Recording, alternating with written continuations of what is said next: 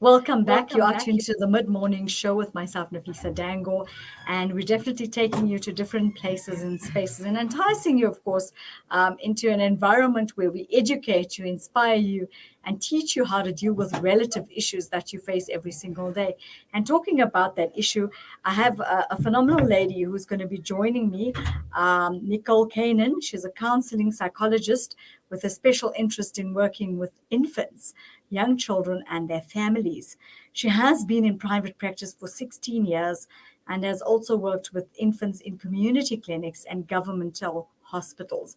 Nicole has been privileged to train, lecture, and supervise in her field of interest. She has now embarked on a postgraduate doctoral degree through the University of the Witwatersrand. Her study explores supporting the developing relationship between premature infants and their parents in a neonatal ICU context. She's also going to be talking to us about shaping developing minds, the impact of early life on mental health. And I think it's so important, especially with little ones during this COVID period. A very warm welcome to you, and thank you so much for joining us on the mid-morning show with myself, Nafeesa Dangor, this morning, Nicole. Thank you for having me. It's lovely to be with you. It's lovely to have people like yourselves having to educate us about, should we say, relative issues. I think a lot of the times parents sit in a situation where they, of course, don't know how to deal with certain issues that they face. So pen out a little bit of a journey about yourself. We'd like to know about the Nicole before we actually go into the actual product, should we say, itself, of talking about children and their mental health situation. Right. So I guess my interest started in the specific field about 10 years ago.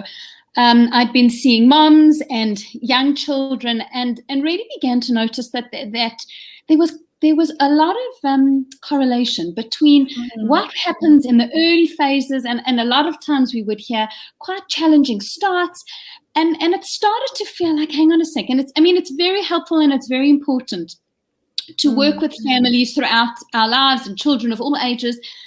But it really started to feel that there was something quite important and critical about understanding the kind of first few years. And so the last kind of 10 years of my life has really been trying to get as much access to information and training and experience as possible, and trying to understand why is it, we call it now the first 1,000 days, why are they so important, and why do they play such a profound role on our mental health, on our physical health, really for the rest of our lives? So that's kind of been my journey. I've worked in governmental clinics. I've worked in KMC ward at Rahima Musa for a year. I've worked in private clinics, Santon Mediclinic in their kind of neonatal ICU. And I've also in private practice, and have really spent the last couple of years trying to understand as much as possible, and I think trying to get the message out there, because unfortunately a lot of these very key ideas haven't penetrated kind of mainstream medical thinking. So that's become really kind of a key focus of mine.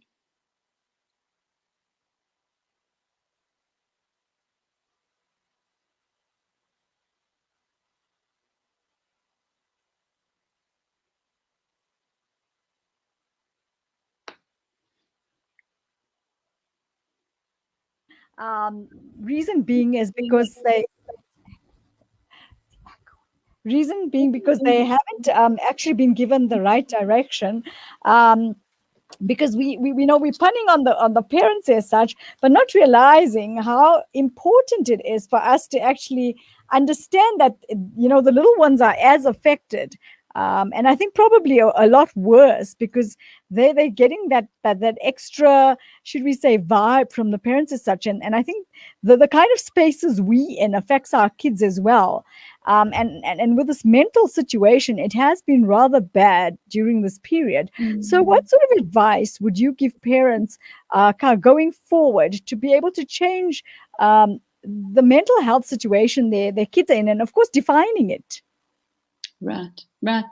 Look, I think you've hit the nail on the head, that the first key piece in all of this is the need for parents to be supported themselves. Because as you say, a parent's mental state has a profound impact on the experience of the child. And I think that is true regardless of what age. It's It's very much the case in the first kind of 1,000 days. But we know that when we're struggling and stressed, it affects our children throughout their lives. So I guess the first piece for me is for parents to be very self-aware and to know when they're struggling and to get help when that is the case. And I mean, the last 2 years have been incredibly stressful for many, many parents. And whether it's sufficient to get support from family and people that we trust, or whether in fact sometimes we need a bit of professional support, I think that's the first step, is to kind of say, am I supported? Do I feel like in a fairly stable state of mind so that I can be as available to my children as possible? And the second key piece that I would want to say to parents is to be aware of what your child is going through, to validate, because of course, for experiences of COVID vary. We know, we now understand that children have experienced the isolation, the homeschooling very differently. For some children, it's been a relief. We know that for children who suffer from social anxiety, children who are easily overwhelmed, who have sensory issues, in fact, there's been something quite calming and soothing about often being at home, not having the stress. For other children, it has been incredibly anxiety-provoking. It has been very stressful. And so I think for parents to look at their children individually and say, where is my child at? What kind of supports do they need? How are they responding? And I think that one of the most important things that parents can do for their children is to talk to them about how they're feeling. And it sounds so simple. But it is so calming for a child to think that, hang on, I can talk to my mom about feeling sad, about feeling overwhelmed. And that is almost the most important thing that you can do for your child, is to validate their feelings and understand what their experience is. It's great that you've brought up that idea of communication. I think communication is key. A lot of the times, parents actually, should we say, most parents are guilty of not communicating enough with the child and getting to understand the type of space that they're in. And I'm glad that you brought that up, because the thing is, once we determine what the actual situation is, because I mean, as we know, every infant, every young child, every teenager is going through a different type of mental health situation during this period. I mean, a lot of the kids that are in school at present are going through very serious issues, because it's having to go from having a teacher in front of them to then learning online and then going back to school. So they kind of, should we say, in different spaces all the time, and having to try and adjust, I think, has been the biggest problem during this period. Absolutely. And of course, some children, will be flexible and manage that quite well, and others really won't. And so I think you're right when you say never has it been so important for those channels of communication to be open.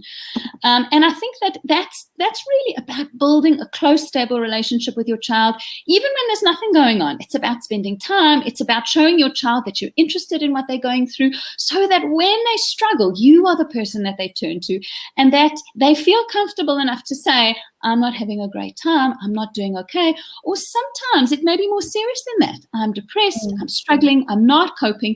You want your child to be able to open up to you about that, rather than suffering or feeling shameful, and trying to manage it on their own, which so many children sadly do.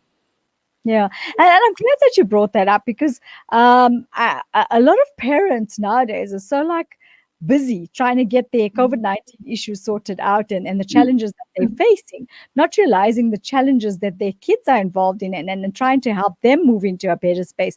But also, I think it's about listening. A lot of the parents are hearing, but they're not listening. And I think a lot of us are guilty of it, where we're sitting with a cell phone and the child is talking and we just yes, but not listening to the actual problem that the child is facing. Yeah, absolutely. And, it's harder than it sounds, because, different children trigger us in different ways. And as you were saying, it's a very stressful time. When you are stressed, it's hard to sit and have a conversation with someone and be present and be conscious and aware. So you're right. It's not so simple, but it's absolutely key. And that's why I think parenting is almost a kind of a double coin process. On the one hand, it's about managing and being aware of your own mental health, And on the flip side, it's then that allows you to be available and present. And, I think that they're starting to do research now that shows that cell phones can be very damaging to those kinds of relationships if used as a distraction constantly, as something that takes you away from your children, that you're never fully present. And then the message the child gets is, well, mom's distracted, best I manage on my own or find other ways of distracting myself. That's very true. What I found very interesting, Nicole, is that we're talking about neonatal ICU and newborns. I think that is something everybody doesn't understand. And I think you need to shed light on the types of mental issues the little ones in those particular ICUs go through, because we think they're little tiny babies and they're not experiencing their own, should we say, challenges to try and actually fight it on. And the environment that the parents are finding themselves in, what advice would you give them? Well, first, just to say, I think it's very hard for us to think about all babies sometimes as being people, as being individuals, as having experiences, as having feelings. It can feel very strange to think about babies in general. But I think it's particularly hard to think about a baby in a neonatal ICU that's going through often very painful and invasive procedures, that's separated from us, where we can't love and cuddle and soothe in the way that we want to. And so I think some of the ways as a society we cope with that is we stop thinking about babies as being people. We think about them as being test results, blood, oxygen levels. And I think all of us, doctors, parents, professionals working with babies, sometimes we do that because it's hard, it's unfathomable to think about a real person having to go through those levels of trauma. But the interesting thing that I've discovered in my research and in a lot of the kind of things that's coming out internationally in research is that babies do better when they have their parents present with them, when they're allowed to have their parents present with them, when their parents talk to them. So, for example, a baby who's having a kind of painful prick or having blood taken, what I observed is that very often, if the mom is allowed to be present and talks to the baby the same way you would a toddler, soothing and calming her, I know this is a bit sore, I'm sorry, this is a bit uncomfortable, I'm here with you. What we see is the baby's body relaxes, the kind of breathing becomes a bit slower. And so what we are realizing is actually it's so important. Babies do experience trauma. And the experience of being in a neonatal ICU is traumatic. It's traumatic because babies are separated from their parents. It's traumatic because what they experience is painful. But a lot of that can be ameliorated. And what we now understand is there are different types of stress that we experience as adults and as babies. And there's something very dangerous, which we call toxic stress, which is the experience of very frightening, very overwhelming or painful things in the absence of an adult that helps us through it. That's when it's toxic. It becomes what we call tolerable when you have an adult that's with you, talking to you, soothing you. And so I guess the message that I would want to get across to parents is you have a role in the neonatal ICU, even though sometimes you feel helpless. And your role is to be there for your baby, if possible, to get help so that you can do that. To talk to your baby, that we know that kangaroo care is absolutely critical where that's possible. We, the sound of the mother's heartbeat, the closeness, the touching, but even just a mother's voice. We know that it makes a profound difference for a baby's experience, and we know that that can have it can make a difference in terms of the neurodevelopmental changes, or it can prevent some of the, when it's not kind of medical, neurodevelopmental challenges that happen later on. Because the parent's presence, what we know that it does is it reduces stress and it helps make those experiences more manageable. I don't know if that feels like I've answered. And I'm so tapping into this with you now, because this really does make a lot of sense, Nicole. They say when you're expecting a child, the child can feel everything you're going through and of course relate to everything you're going through, because that child is alive, it's in your system. And I think what we need to make parents at this point in time, especially women that are expecting kids during this COVID period, is giving them coping mechanisms, because what's happening is that type of stress and anxiety they're feeling is actually going into their babies. Right. But I think it's also important not to make parents kind of hysterical, because it is an anxious time. And to say that what we know is normal amounts of stress are absolutely fine in pregnancy. Everyday stresses and worries and anxieties, that's not really what they're finding to be damaging. Where it's toxic is when they're excessively high, consistent levels of stress, which produce, if we think about it physiologically, very high levels of a hormone called cortisol. And that's what travels through the placenta into the baby and has an impact, especially in the third trimester.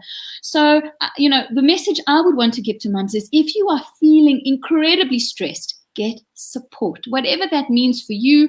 Obviously different parents have different resources that are available to them, but whether it's your clinic, whether it's private resources, or just making sure you surround yourself with people that are supportive and caring and not critical, that's going to be very important for a pregnant mommy, because it's the consistent high levels of stress that we know can impact on the baby's developing brain, and that's what we want to prevent. That's so true. And it's also about, kids with the type of situation they're in now. It's having to learn online. Then they're now with the teacher and they're not with the teacher. And the parents are having to also create that ad hoc support that they didn't have to as much prior to COVID. What sort of advice would you give them in order to cope with the situations that they're in, and in order to help their little ones that are at school to be able to cope better with their learning abilities? That's a very complex question. But perhaps just to say, look, I think parents have never had such a multifaceted role. If you think about it, in terms of having to be parent, teacher, coordinator, breadwinner, it's such a hard time for parents. And I guess one of the things I'd like to say is, you don't have to be everything all the time, because the stress of that also has an impact. So I would say that sometimes things have to fall by the wayside, and that's also just okay. If your child doesn't have his schedule perfectly worked out, if all the work isn't perfectly done, I would much more be worried about managing your own levels of stress, helping your child manage emotionally, making sure that they're doing the best that they can. And I would say, try and make your expectations realistic. Both yours and your child's. It's not going to be perfect. It can't be perfect. There's too much stress, too much challenge, too much shifting. Next week we're at school and then we're not at school. And I think the kind of flexibility that's required does also require a kind of softening of expectations. And I would say to parents, don't be so hard on yourselves. Get support where that's needed. And again, help your children to have realistic expectations. It's not going to be perfect, and that's just okay. We are in the kind of situation we've never been in before. And I think that sometimes also to say to parents, it's so important to just spend easy time with your children, because also if you are always mother and teacher, and sometimes, it can have an impact on the relationship. You're always trying to do something, always trying to have an end goal. And I would say, actually, more than ever, it's also important to just spend time with your children. Turn the TV off, turn the cell phone off, have dinner together, talk about what's happening in the day. And as we keep going back to, keep those lines of communication open, so that when your children are struggling, you know about it. I agree with you. And also what has happened is, many of moms have complained to me. I'm a mom of a 25-year-old, so I'm not in that category anymore. There's many, in my family members where they have young kids, and they're constantly complaining to me to say that, my child doesn't want to learn. I'm trying to get them to sit down to do their online homework and trying to get them to, move forward with their work, but they don't want to actually do it. I think they're not understanding the types of pressures the kids are under. So what advice would you give? Because the advice I gave to my family members was, leave them for a bit, and when they're ready to get into it, they will, because they'll be in actually a better mindset, and their frame of mind will want to actually learn, as opposed to having to pressurize and force them into it. I think your advice was excellent. The more children feel pressurized, we know the more anxiety goes up. And we know that the more anxious children are, the less capable of learning they are. So really, I think it's going to be about push, pause. If you have a child that is getting hysterical, and remember, children show anxiety in different ways. So you've got your classical symptoms of, the children show, which are much easier to identify. But sometimes a child who starts behaving badly, who starts avoiding things, a child who stops sleeping can also be a sign of a child that's very anxious and not coping. And so I would say when you start to see any kind of change in your child, a child who was working quite well is now refusing to work, a child who stops eating or sleeping, push pause and understand what's going on. Because if you can help your child to feel understood, if you can help them to understand what's the issue, is it that they're overwhelmed? Is it that they can't focus for 6 hours in a Zoom call, which a lot of kids can't? My son certainly can't. What's the issue? And I would say, rather than I've got to keep up, you're on the treadmill, anxiety keeps going up, push pause and try and understand what's going on. And then really you're in a much better position to decide how we're going to move forward with this. How am I going to support you? Is it about, speaking to your teacher, helping them to understand you're not coping? Is it about giving you a bit of extra support? Is it about just taking the pressure off? And so I would say for parents that are struggling with their kids, take time to understand what's really going on, rather than just keeping pushing forward, because unfortunately that's just been shown not to be helpful, Mm-hmm. And I agree with you because it's also, I think parents are in this routine. So they feel that my child needs to learn at 10 o'clock in the morning so I can get done with the homework. I can get done with all the necessary and go ahead with what I need to do. But I think as you brought it to light now is having to just understand their way of doing things. And they, in fact, will come to you and say, I'm now ready to want to do my work. So taking that pressure off, I think, changes the mindset completely. And they may not initiate. Some children will, some might not, but they may be easier to work with if they feel like mom and dad are trying to understand what I'm experiencing. They're not just coming down hard on me. They're not just screaming and shouting. And when you're stressed, we know it's easier. It's not so simple what I'm saying. It's easier to just say, do your work. I've got work to do. But my experience is if children feel understood, they're easier to work with. And then gently guide into a kind of more manageable work routine, as opposed to everyone's getting more stressed and it just becomes more and more unplayable. That is so true. What message would you like to leave our viewers with this morning? I guess just to say that it's a hard time. Lower your expectations. And the second piece is be honest with yourself about where you're at in your own mental state. To just keep going. I think sometimes we can put our head in the sand, pretend that it's all okay, but sometimes it really isn't.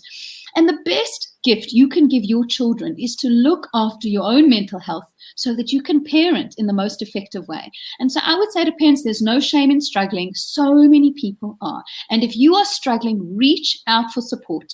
It'll be the biggest gift you give yourself as well as your family and your children.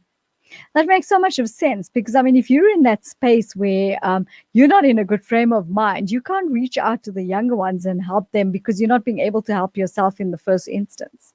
Absolutely. Absolutely. Yeah. Thank you so much for joining us this morning. We really appreciate those valuable pieces of advice that you've given our parents out there, and educating them on the situation we're in and how to, of course, help our kids through the mental health situations that they're feeling. And as we know, it was there before, but I think it's gotten a whole load worse during COVID-19 because there's a whole lot new challenges that they've been facing. So I'm sure this is going to shed some light on the matter and help the parents actually cope in a better way. Thank you so much for having me. It's been lovely chatting to you. Likewise. Thank you so much. We wish you all the best. And of course, do stay safe. And from myself and the Salam Media team, we want to thank you for taking the time out and the effort for giving us such valuable and important advice for all our parents out there. Thanks so much. Bye. You take care. Bye-bye. That was Nicole Canin giving us some really good advice on how to deal with the mental health issues that our kids are facing. And I think a lot of the times we really don't realize, us being in our, and as she brought to light earlier, us being as adults, punning and looking at the types of situations and challenges that we're facing, not realizing that our kids are facing their own. So having to follow that advice might be able to help you in some way. We're going to go for a quick break. Stay with us. We'll be back with Isabel Camarizza.